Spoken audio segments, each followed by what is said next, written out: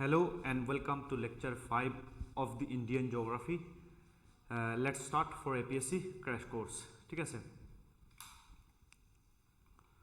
so আমি already APSC crash course কাৰণে batch launch কৰিছোঁ. ঠিক আছে, completely free, য'ত আমি live class, ebook সকলোখিনি আপোনালোকক provide কৰিম with our expert faculty. এই নম্বৰৰ সৈতে যোগাযোগ কৰি আপোনালোক আমাৰ সৈতে জড়িত হ'ব পাৰে. ঠিক আছে, so let's start. তো লাষ্ট ক্লাছত আমি ষ্টাৰ্ট কৰিছিলোঁ হিমালয়ান মাউণ্টেইন. ঠিক আছে, আৰু হিমালয়ান মাউণ্টেইনৰ ডিভিজন চাইছিলোঁ. ঠিক আছে, তো হিমালয়ান মাউণ্টেইনৰ আমি লাষ্ট ক্লাছত নৰ্থ চাউথ ডিভিজনটো চাইছিলোঁ. ঠিক আছে, নৰ্থৰ পৰা চাউথলৈকে কি ডিভিজন সেইটো চাইছিলোঁ. যেনেকুৱা আপোনাৰ trans Himalaya, great Himalaya, middle Himalaya, তাৰপিছত আপোনাৰ আউটাৰ হিমালয়া, এইখিনি ডিভিজন চাইছিলোঁ. আজি আমি চাম ৱেষ্ট ইষ্ট. এইটো হ'ল ৱেষ্ট আৰু এইটো হ'ল ইষ্ট.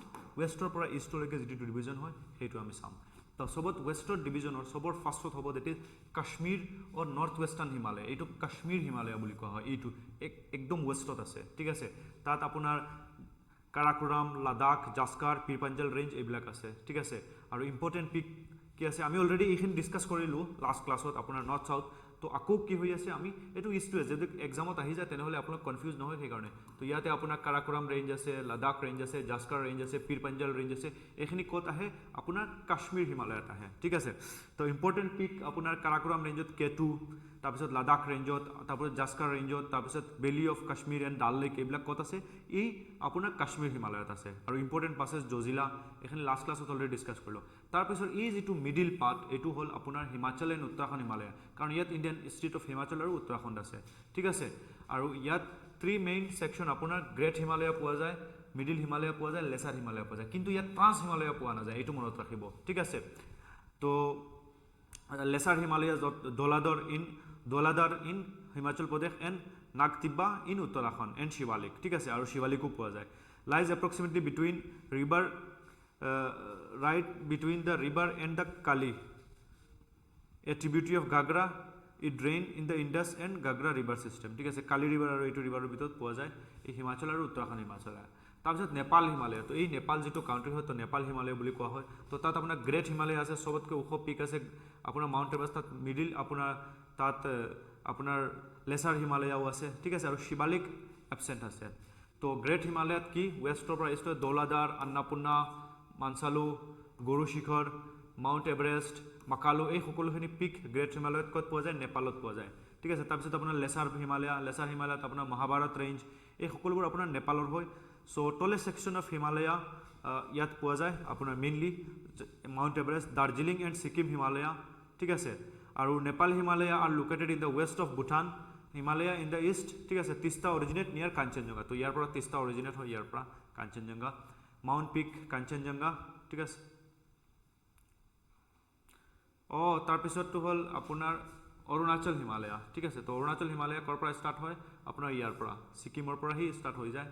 ঠিক আছে, তো অৰুণাচল হিমালয়া আপোনাৰ ইষ্ট অফ ভূটান, মেইনলি ইয়াৰ পৰা ধৰা হয় আপোনাৰ, আৰু একদম ক'লৈকে ভূটান ডিফু পাছ, ইয়াতে আছে ডিফু পাছ আপোনাৰ ইণ্ডিয়া আৰু চাইনাৰ ভিতৰত, চাইনাৰ মাজত ডিফু পাছ. ঠিক আছে, আৰু ম্যানমাৰ, এইটো ট্ৰাই জাংচনত হয় mainly in here.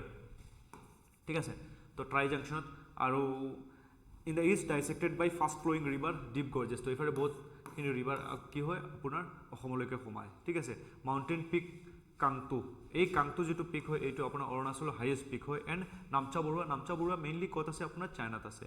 Tribal community ইয়াত মনপা, দাফলা, আবৰ, মিচিমি, এইখিনি অৰুণাচলৰ কি হয়? ট্ৰাইব হয়, অৰুণাচল প্ৰদেশৰ নিচি. ঠিক আছে, most of them practicing shifting cultivation, jhum cultivation কৰে.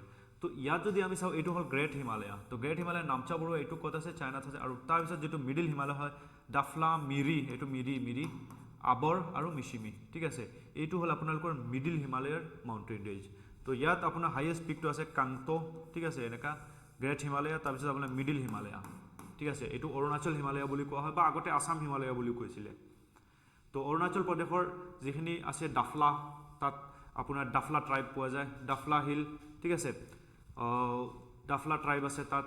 ঠিক আছে, তাৰপিছত মিৰি হিল, এইটো মনত ৰাখিব জাষ্ট ডাফলা, মিৰি, আবৰ, মিচিমি. ঠিক আছে, মিৰি, আবৰ হিল, মিচিমি হিলছ. ঠিক আছে, ডাফলা, মিৰি, আবৰ, মিচিমি.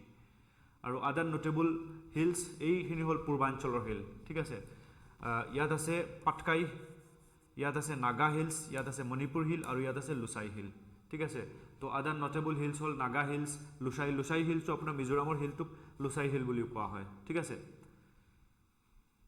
আৰু পাটকাই বুম, ইয়াত পাটকাই, এইটো পাটকাই, নাগা, মণিপুৰ হিল, মিজোৰাম হিল, এই সকলোখিনি কি বুলি কোৱা হয়? পূৰ্বাঞ্চল বুলি কোৱা হয়।